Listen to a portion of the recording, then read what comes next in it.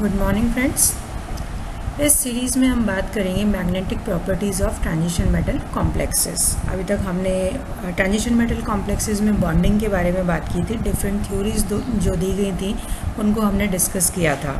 अब हम transition metal complexes की मैग्नेटिक प्रॉपर्टीज़ के बारे में बात करेंगे। ट्रांजिशन मेटल्स की प्रॉपर्टीज़ पे जाने से पहले हम एक जनरल बात करते हैं कि मैग्नेटिज्म होता क्या है। हमें पता है एक इलेक्ट्रॉन दो तरीके का मूवमेंट शो करता है। एक तो होता है उसका स्पिन मोशन जो अपनी एक्सिस के ऊपर घूमता है, और एक उसका होता है ऑर्बिटल मोशन जो कि वो एक ऑर्बिटल के अंदर घूमता है। ये हमें पता है, हम प्रीवियस क्लासेस में पढ़ चुके हैं कि जब भी कोई चार्ज पार्टिकल मूव करेगा तो उसके साथ में मैग्नेटिक फील्ड जनरेट होगा। इलेक्ट्रॉन्स हमारे चार्ज पार्टिकल है, तो उनके spin motion and orbital motion की वजह से हमारे को मैग्नेटिक फील्ड मिलता है, इंड्यूस्ड मैग्नेटिक फील्ड मिलता है, और उसकी डायरेक्शन उसके मूवमेंट के अकॉर्डिंग होती है। तो दो तरीके का मैग्नेटिक मूवमेंट हमें मिलता है, ऑर्बिटल मैग्नेटिक मोमेंटम और स्पिन मोमेंटम।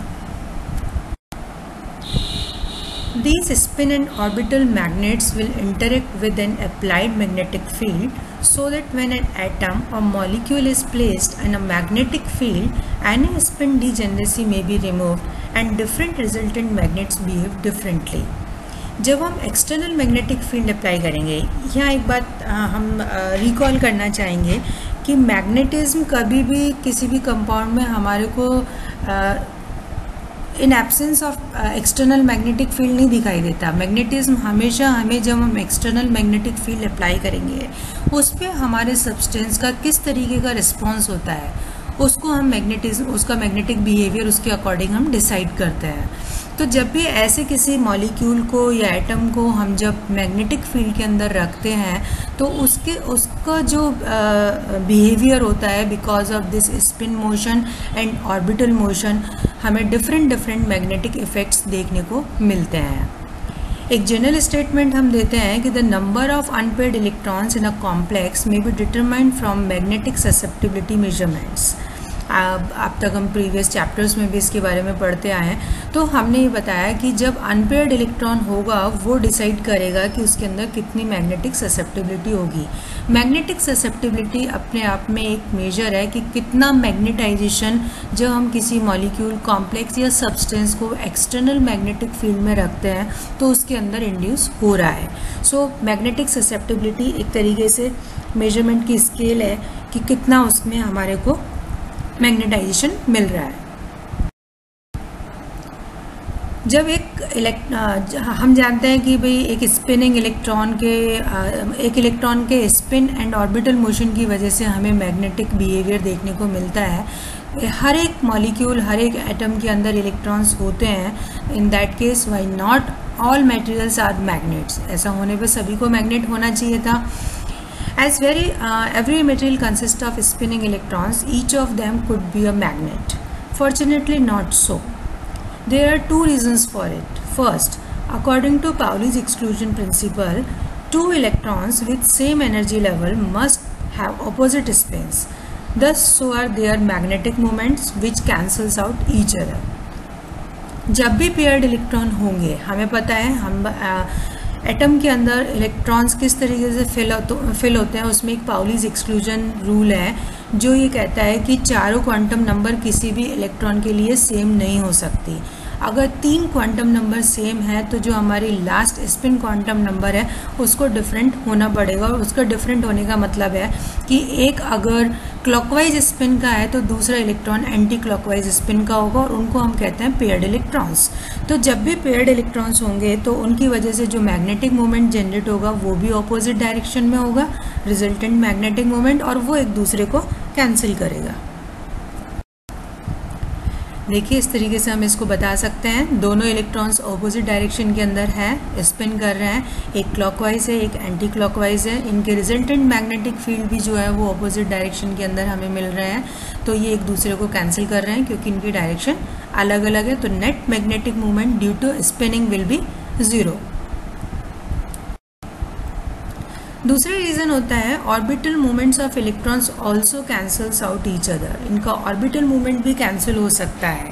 इसके बहुत सारे कारण होते हैं कि किन कंडीशन में ऑर्बिटल मूवमेंट जो होगा वो कैंसिल होगा, लेकिन अगेन बात वही आती है कि एक इलेक्ट्रॉन जिस ऑर्बिटल में है अगर उसका पर्टिकुलर डायरेक्शन में ऑर्बिटल मोमेंटम आ रहा है तो कोई दूसरे इलेक्ट्रॉन से वो कैंसिल हो सकता है अगर उसका अपोजिट डायरेक्शन में जा रहा है। तो इनको हम डिटेल में बाद में डिस्कस करेंगे। Some elements such as transition elements, lanthanides and actinides have a net magnetic moment since some of their energy levels have an unpaired electrons। तो कहने का ये है कि जब भी अनपेयर्ड इलेक्ट्रॉन होंगे तब हमारे को मैग्नेटिक बिहेवियर मैग्नेटिज्म देखने को मिलेगा। तो हमारे जो ट्रांजिशन एलिमेंट्स हैं, लैंथेनाइड्स और एक्टिनाइड्स हैं, ये मैग्नेटिक मूवमेंट शो करते हैं, इनके एलिमेंट्स और इनके कॉम्प्लेक्सेस, क्योंकि किसी ना किसी एनर्जी लेवल के अंदर उनमें unpaired electrons होते हैं। A spinning electron behaves as bar magnet. Hence, magnetic dipoles are found to exist in magnetic materials analogous to electric dipoles। जैसे हम इलेक्ट्रिक डायपोल्स की बात करते हैं जहाँ पे पॉजिटिव एंड नेगेटिव चार्ज होता है और उसकी वजह से हमारे को एक इलेक्ट्रोस्टैटिक फील्ड मिलता है, इसी तरीके से मैग्नेटिक मटेरियल्स जो होते हैं उनके अंदर जो हमारे मैग्नेटिक डायपोल्स बनते हैं और वो मैग्नेटिक डायपोल्स अपने आप को अरेंज करते हैं एक्सटर्नल फील्ड में और हमारे को उनका डिफरेंट बिहेवियर देखने को मिलता है। Molecules with closed shells are repelled by a magnetic field and are said to exhibit diamagnetism or to be diamagnetic। जब भी हम किसी सब्सटेंस के ऊपर एक्सटर्नल मैग्नेटिक फील्ड अप्लाई करते हैं तो उसकी जो लाइन ऑफ फोर्सेस होती हैं वो उस मटेरियल में अगर वैक्यूम की तुलना में कम पास हो रही है तो उसे हम कहते हैं डायमैग्नेटिक सब्सटेंस और ये बिहेवियर कहलाता है डायमैग्नेटिज्म। ऐसा क्यों होता है?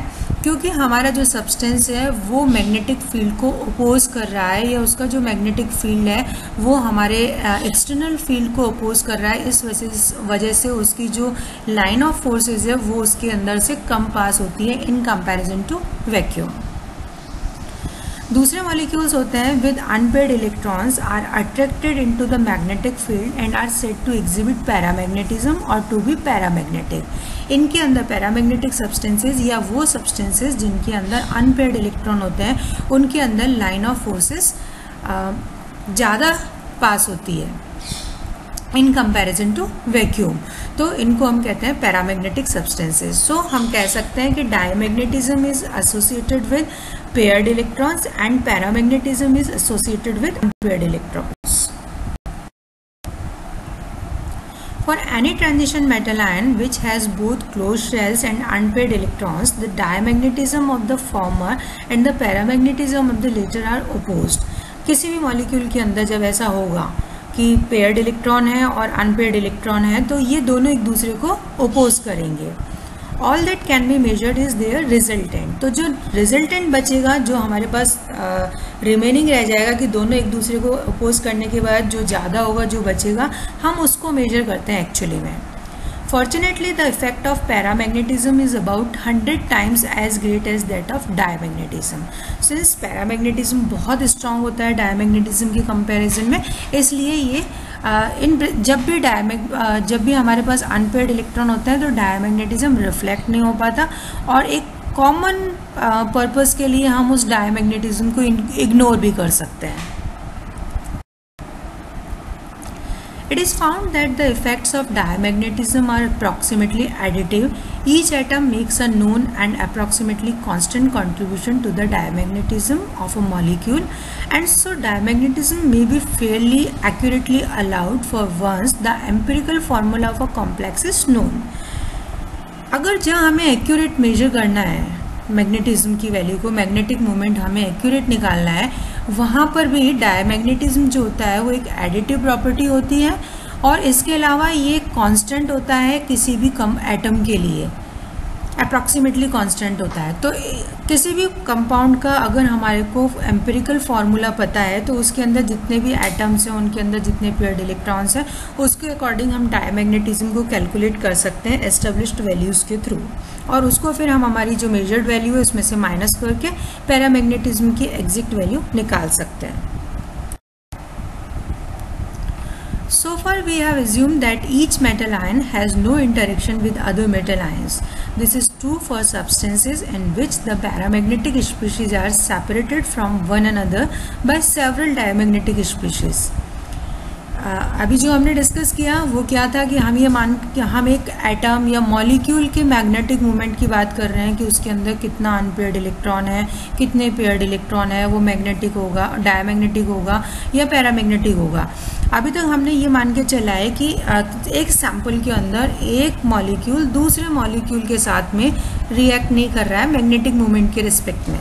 ऐसे मॉलिक्यूल्स कहलाते हैं, ऐसे सब्सटेंसेस कहलाते हैं magnetically dilute. For example, water molecules in hydrated cations.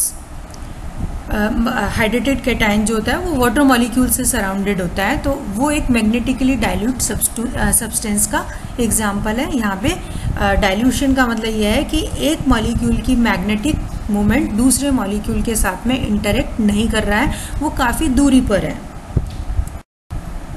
When the paramagnetic species are very close together, as in metals, or are separated only by atoms or monoatomic ions that can transmit magnetic interactions, as in many oxides, fluorides or chlorides, they may interact with one another. This interaction may give rise to ferromagnetism, in which large domains of magnetic dipoles are aligned in the same direction, or antiferromagnetism, in which neighboring magnetic dipoles are aligned in opposite direction.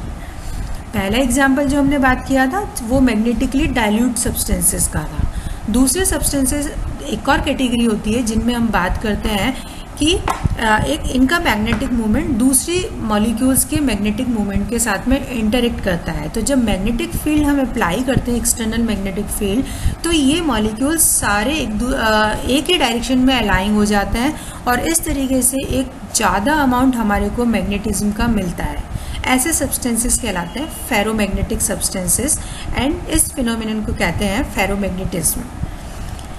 ये जो alignment हुआ, अगर ये एक दूसरे को oppose भी कर सकता है. ये हो सकता है कि हमारा मॉलिक्यूल तो पैरामैग्नेटिक हो लेकिन हमारा जो सैंपल है वो डायमैग्नेटिक मिले. ऐसा कैसे होगा कि जब एक मॉलिक्यूल का मैग्नेटिक मोमेंट दूसरे मॉलिक्यूल के ऑपोजिट अलाइन हो जाएगा, अपने आप को व्यवस्थित कर लेगा, तो वो एक दूसरे को कैंसिल कर देंगे, तो नेट मैग्नेटिक मोमेंट हमारे को मिलेगा 0.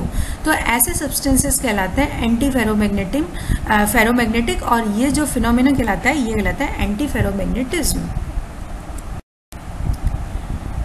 Ferromagnetism is an extreme case of paramagnetism. मतलब सारे मॉलिक्यूल्स अगर एक ही लाइन में आ गए और एक ही डायरेक्शन में एक्सटर्नल मैग्नेटिक फील्ड के साथ में जुड़ गए, तो उस वक्त पैरामैग्नेटिज्म की वैल्यूज हाईएस्ट होती है. So this is an extreme case of paramagnetism. जैसे आयरन के केस में देखते हैं कि अप टू 768 डिग्री सेंटीग्रेड तक इसके अंदर हमारे को फेरोमैग्नेटिज्म मिलता है. इसके बाद ये जो अलाइनमेंट था ये डिस्टर्ब हो जाता है थर्मल मूवमेंट की वजह से, और ये एक नॉर्मल पैरामैग्नेटिक सब्सटेंस के अंदर कन्वर्ट हो जाते हैं. तो फेरोमैग्नेटिक सब्सटेंसेस के अंदर एक पर्टिकुलर टेम्परेचर होता है जहाँ तक हमारा सब्सटेंस फेरोमैग्नेटिक सब्सटेंस की तरह बिहेव करता है और उसके बाद वो पैरामैग्नेटिक सब्सटेंस में कन्वर्ट हो जाता है. उस टेम्परेचर को हम कहते हैं क्यूरी टेम्परेचर. इस डायग्राम में हम सारे एग्जाम्पल्स को देख सकते हैं. ए हमारे एग्जाम्पल है नॉर्मल पैरामैग्नेटिक सब्सटेंस का, जिसके अंदर हमारे हर एक मॉलिक्यूल पैरामैग्नेटिक है लेकिन वो रेंडमली ओरिएंटेड है. बी फेरोमैग्नेटिक सब्सटेंस है जिसके अंदर सारे जो अनपेयर्ड इलेक्ट्रॉन्स है वो एक ही डायरेक्शन में अलाइन हो गए और फिर ये लॉक हो जाते हैं, तो ये परमानेंट मैग्नेटिज्म शो करते हैं. मीन्स जब आप एक्सटर्नल मैग्नेटिक फील्ड को हटा लेंगे तब भी ये मैग्नेट की तरह बिहेव करेंगे, ये अलाइन ही रहेंगे. सी आपका एग्जाम्पल है एंटी फेरोमैग्नेटिज्म का, जिसके अंदर पैरामैग्नेटिज्म तो है लेकिन वो अलाइन एक दूसरे को अपोज करते हुए हो गए हैं, जिसकी वजह से जो नेट मैग्नेटिक मूवमेंट है that is 0. D and E are the examples of ferrimagnetism. Ferrimagnetism क्या होता है कि ये एक्चुअली में एंटी फेरोमैग्नेटिज्म होता है लेकिन इसमें पूरी तरीके से कैंसिल नहीं हो पाता. कुछ जो हमारे मैग्नेटिक डायपोल्स हैं वो एक डायरेक्शन में ज़्यादा होते हैं, अपोज करने वाले कम होते हैं, वो किसी भी वजह से हो सकता है। तो ऐसी कंडीशन में जो नेट मैग्नेटिज्म है वो कैंसिल नहीं हो पाता, लेकिन कम होता है। तो कम होता है लेकिन वो लॉक्ड रहता है। तो ऐसे सब्सटेंसेस कहलाते हैं फेरी मैग्नेटिक सब्सटेंसेस, और ये बिहेवियर कहलाता है ferrimagnetism. Now effect of temperature on magnetic behaviour, कि किस तरीके से जो हमारे सब्सटेंसेस हैं वो टेम्परेचर के साथ में किस तरह का बिहेवियर शो करेंगे। तो आप देखिए पैरामैग्नेटिक सब्सटेंस, जैसे जैसे टेम्परेचर बढ़ेगा मैग्नेटिक ससेप्टिबिलिटी की वैल्यू कम होती जाती है।